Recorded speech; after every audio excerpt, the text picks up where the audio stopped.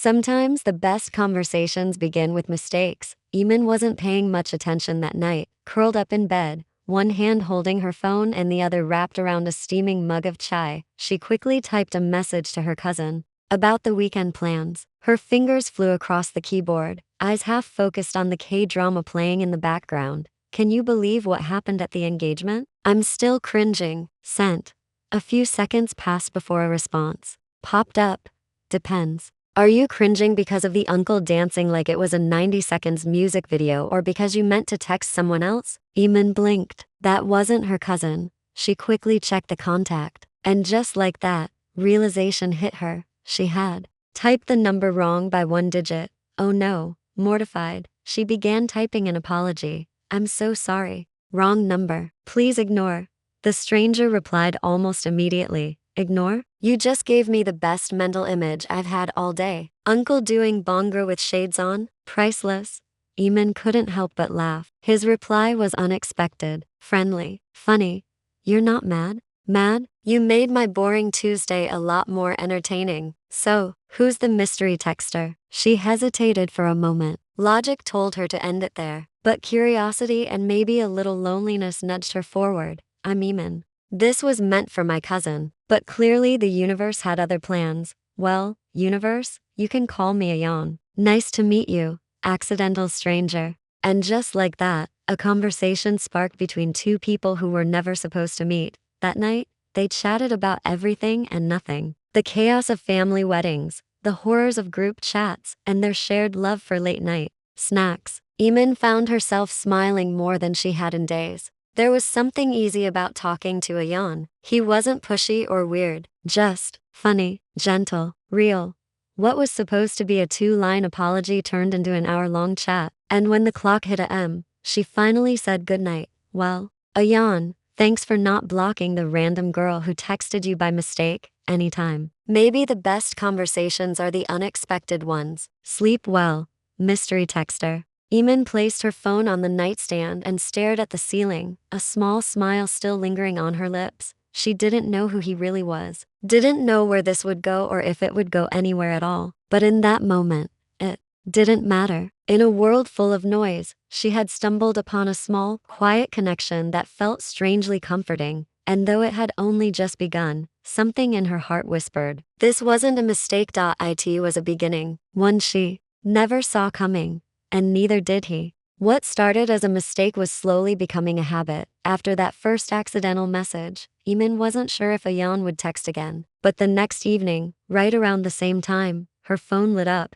Ayan. So, did the dancing uncle strike again? Or was the wedding drama free today? She laughed, thumb already moving to respond. Eamon, sadly, no uncle sightings. But an aunt wore neon green with glitter heels. It was a moment. That was all it took. One message turned into another, then another.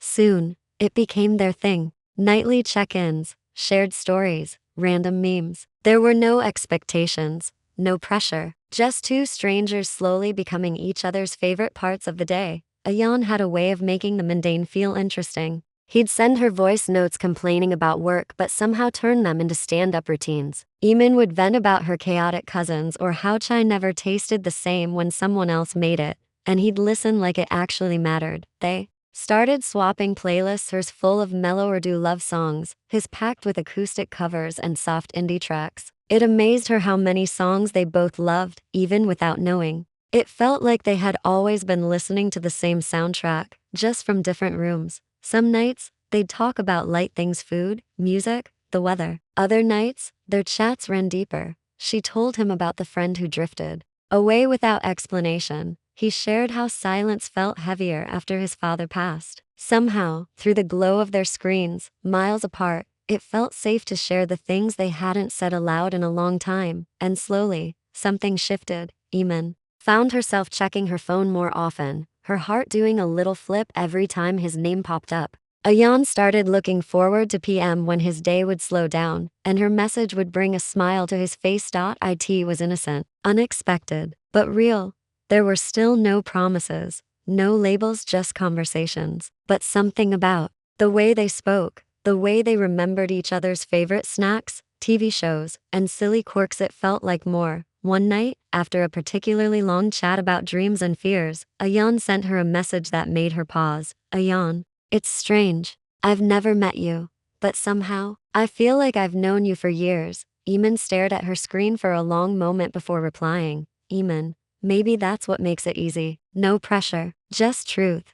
They didn't talk about what they were becoming. They didn't need to. The connection was there, soft, unspoken, growing stronger with each late-night chat, from strangers to something more than friends, maybe. But for now, they were just Eamon and Ayan, two people who found each other by accident and were slowly becoming each other's favorite part of the day. They hadn't seen each other in person, not even once, but somehow, they felt closer than most. Their entire relationship lived inside the glow of their screens. Morning texts, midday updates, nightly voice notes, sometimes a blurry selfie, occasionally a video call when one of them needed to see a smile instead of just hear it. Still, they never rushed to meet. There was something sacred about the space they had created, where words mattered, silence was understood, and emotions didn't need physical presence to feel real. Eamon didn't understand how someone she had never hugged could feel like home. But Ayan had a way of showing up, not with grand gestures, but with presence. He remembered little things, her work presentation date, the time of her dentist appointment, how she always got quiet when she was overwhelmed. When she went through a rough patch at work, Ayan didn't offer clutch advice. He just listened, sent her voice notes saying, "You've got this. And if not, we burn the office down." Kidding, kind of. That made her laugh harder than she had in days. And when Ayan's best friend moved abroad, leaving a sudden void in his routine, it was Eamon who stayed up late, sending him Spotify links and talking about nothing until his voice didn't sound so sad anymore. They were each other's comfort zones, even through the glass of a screen. One night, after a particularly long call, Ayan whispered, "You know, sometimes I forget we haven't actually met." Eamon smiled at her dimly lit room. "Same. It's weird. Like you're here, but not, but still, here." They laughed, not needing to explain the contradiction. That was the beauty of their connection. It didn't follow rules. It didn't demand definition. In a world full of constant notifications and shallow conversations, what they had was rare, focused, intentional. When Eamon had a breakdown after her childhood dog passed away, she didn't call her best friend. She texted Ayan. When Ayan got his first freelance client, he didn't tell his siblings first. He sent Eamon a voice note. "I did it. You're the first person I wanted to tell." Screens never made their bond feel less. If anything, the distance made them pay more attention. They didn't rely on hugs or hand-holding. They relied on tone, pauses, timing, and truth. It wasn't always easy. There were days when the lack of physical presence hurt, when a hug could have said more than 1,000 typed words. But somehow, even then, they made it work. Because it wasn't about being in the same place. It was about choosing to stay, even when it would have been easier to drift away. Some people write long paragraphs and still fail to connect. Eamon and Ayan had entire conversations in a single emoji, a shared meme, or a late night "you okay?" They didn't need to see each other to know they mattered. Because what they shared wasn't about screens, it was about sincerity. It began with a missed reply. Just one. Eamon told herself it was nothing. Maybe Ayan was busy. Maybe his phone had died. Life happens, right? But then a day passed. 2, 3, and the silence grew louder than any words ever could. The chats that once overflowed with warmth were now barren, the screen cold and still. No new messages, no voice notes, no tiny typing, bubble dancing at the bottom of the screen. Eamon stared at their last conversation, a simple goodnight from her, left on read. It replayed in her mind like a cruel echo. Had she said something wrong? Was he tired of her? Or worse, had it all meant more to her than it did to him? The uncertainty clawed at her. Her mind, once a calm space where his laughter echoed, became a battlefield of overthinking. She typed out messages, "Hey, are you okay?" only to delete them moments later. She didn't want to seem desperate. She didn't want to make it worse. But silence has a way of breaking people slowly, each hour stretched endlessly. She missed the silly memes he used to send in the mornings, the spontaneous voice notes where he'd hum a random tune or talk about the color of the sky. She missed his presence in the small moments, the kind you don't realize matter until they vanish. What hurt most wasn't just that he was gone. It was that he left without a word. No explanation. No goodbye. Just absence. It made her question everything. Were the long conversations real? Did he actually care? Or was she just a temporary comfort during a lonely phase in his life? The hardest part? She couldn't even mourn him properly because they weren't something official. There was no label, no announcement, just a quiet ending no one else would understand. To everyone else, it was just a person she texted. To her, it was the only person who truly understood her. And now, he was gone. Some nights, she found herself staring at his profile picture, hoping it would go gray. Maybe he'd deleted his account. Maybe that's why he wasn't replying. That would be easier to accept than the idea that he simply chose to walk away. But the green dot remained. Online, but not with her. One night, in a whisper to no one, she said, "You promised you'd never ghost me." And the silence answered back. Still, a part of her held on foolishly, quietly. She remembered his words, the way he once said, "Even if I disappear for a bit, know I'm always rooting for you." Maybe he was going through something. Maybe he needed space. But how could she be patient for someone who left her with nothing? There's a unique kind of heartbreak in missing someone who was never really yours. And yet, Eamon felt that ache settle deep within her chest. She missed the boy behind the screen, the one who once made the world feel a little less lonely. But now, all she had was silence. And the question that wouldn't stop ringing in her head, was I the only one who felt it all this deeply? 2 years had passed since that first accidental text. What began as a message sent to the wrong number had become the most right thing in both of their lives. Eamon stood in front of the mirror, draped in a flowing white dress that shimmered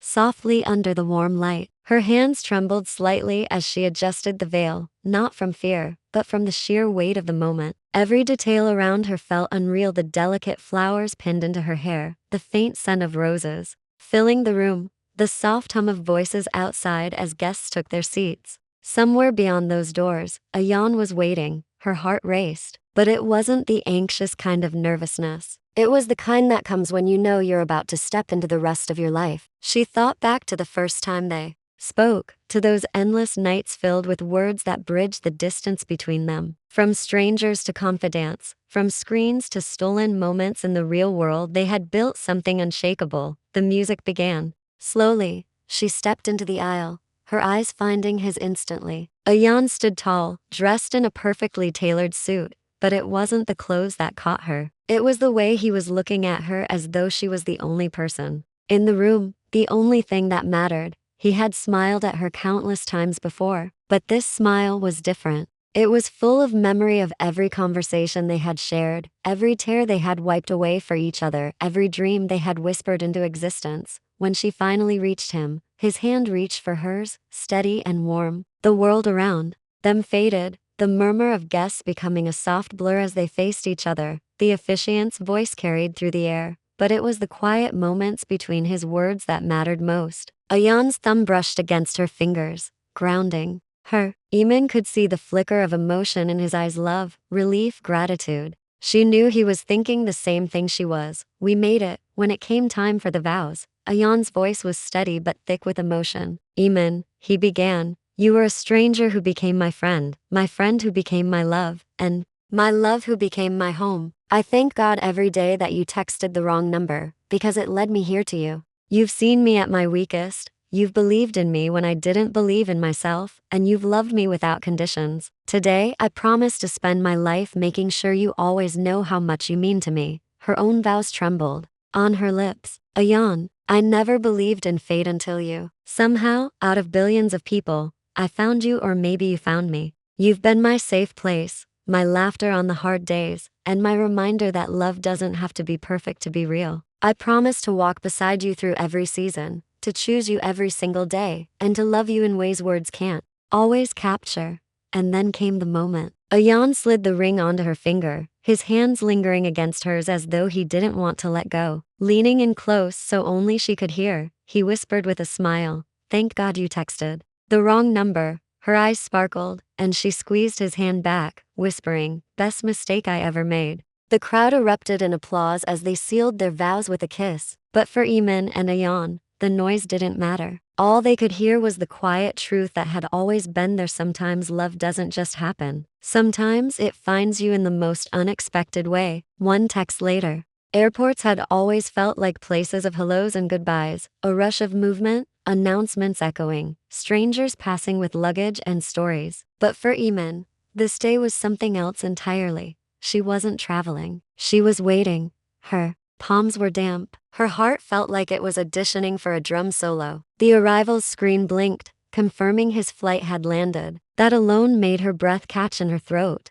This wasn't a text, not a call, not a dream. This was real. She adjusted her scarf for the 10th time, checked her phone again. No new messages. But it didn't matter. He was already here, somewhere in this airport, breathing the same air, walking these same tiles. Every step he took now was bringing him closer to her. And then she saw him, tall, familiar, a little tired from the flight, but unmistakably him. Ayan, in real life, with the same smile that used to show up in profile pictures and video calls only. Now it wasn't pixels. It was him, all of him, no screen between them. Eamon's breath caught, her body stilled. Every second slowed down. He saw her too, and his face lit up like it had been waiting just for her. Neither of them spoke at first. No need. The months of texts, missed calls, confessions, silences, they all led to this single moment. He dropped his backpack. She stepped forward, and just like that, they were in each other's arms. It wasn't dramatic or movie-like. No orchestra swelled, no crowd gasped,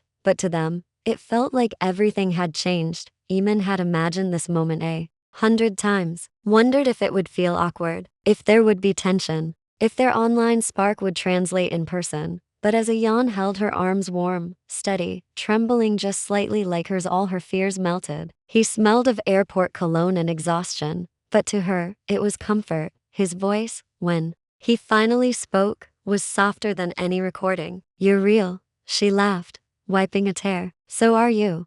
They pulled apart just enough to look at each other properly. His hair was messier than usual. She looked smaller than he had pictured, but none of that mattered. This was them, finally. "I was so scared this would feel weird," she whispered. "Me too," he said. "But it doesn't. It feels right."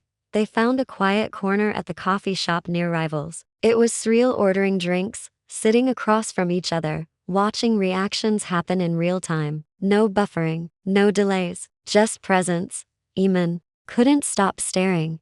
She knew this face, every detail, but now she could trace the laugh lines, watch his eyes shift when he smiled, feel the warmth of his presence. They talked, laughed, fell into familiar rhythms. It was like all those hours spent online had prepared them for this. And now, it was simply unfolding beautifully, organically. At one point, he reached for her hand across the table. His fingers brushed hers gently, as if asking for permission. She nodded barely, and their fingers intertwined like they'd done it 100 times before. In that touch, everything made sense. This wasn't just a meeting. It was the start of something long overdue. And when they left the airport together, it wasn't as two strangers finally meeting. It was to hearts already entangled, finally walking side by side. The envelope came on a quiet Tuesday. No sender's name, no return address, just her name, written in careful, familiar handwriting that made her heart stop. Eamon stared at it for a full minute before touching it. Her fingers trembled as she turned it over, as if the paper itself carried the weight of all the unanswered questions. Her heart beat loudly in her chest, a sound she hadn't felt in weeks. Not like this. She sat on her bed, knees pulled close, and opened it slowly. Inside was a single, folded letter. No text, no digital typing bubble, just ink and emotion. She unfolded it. "Eamon, I don't know how to start this, except to say I'm sorry for disappearing, for the silence, for making you feel like you didn't matter when in truth, you're the only person who has ever really mattered. I wasn't ignoring you. I wasn't bored. I was broken. Something happened, something personal, heavy, and I didn't know how to explain it without sounding like I was making excuses. I didn't want you to see the messy parts of me, the ones even I'm afraid to face. So I did the worst thing, I shut you out. It wasn't because I didn't care. It was because I cared too much, and I was scared. Scared that you'd think less of me. Scared you'd walk away if you saw how imperfect I really was. So before you could leave, I did, but I've regretted it every single day since. I missed our conversations the way you made my dark days feel lighter. I missed your voice notes, your sarcasm, your playlists, your silly check-ins. I missed you. And more than anything, I missed the version of me I was when I was talking to you. You made me feel like maybe I wasn't completely lost in this world. That kind of connection. It's rare, even more rare when it's built without ever meeting face to face. Yet, here we are. I don't know if you'll forgive me. I don't even know if you want to hear from me again. But I had to tell you the truth. Not through a screen, not with emojis or excuses, but with pen and paper because that's how much you mean to me. I'm not asking you to pick up where we left off. I'm just asking you to know that you mattered. You still do. And if you ever want to talk again, even just as friends, I'm here. For someone I've never met, you're the one person who knows my soul, with all the honesty I should have shown before. Neiman didn't realize she was crying until a teardrop splashed onto the corner of the paper. It wasn't just the apology. It was the vulnerability, the rawness, the courage it took to write all that. He didn't have to say it in person. He didn't even send a text. He chose ink, paper, and truth. For the first time in weeks, the silence between them didn't feel like abandonment. It felt like healing. She folded the letter gently and held it to her chest. The pain hadn't vanished, but it made sense now. He had come back, not perfectly, not smoothly, but honestly. And sometimes, that's all the heart needs.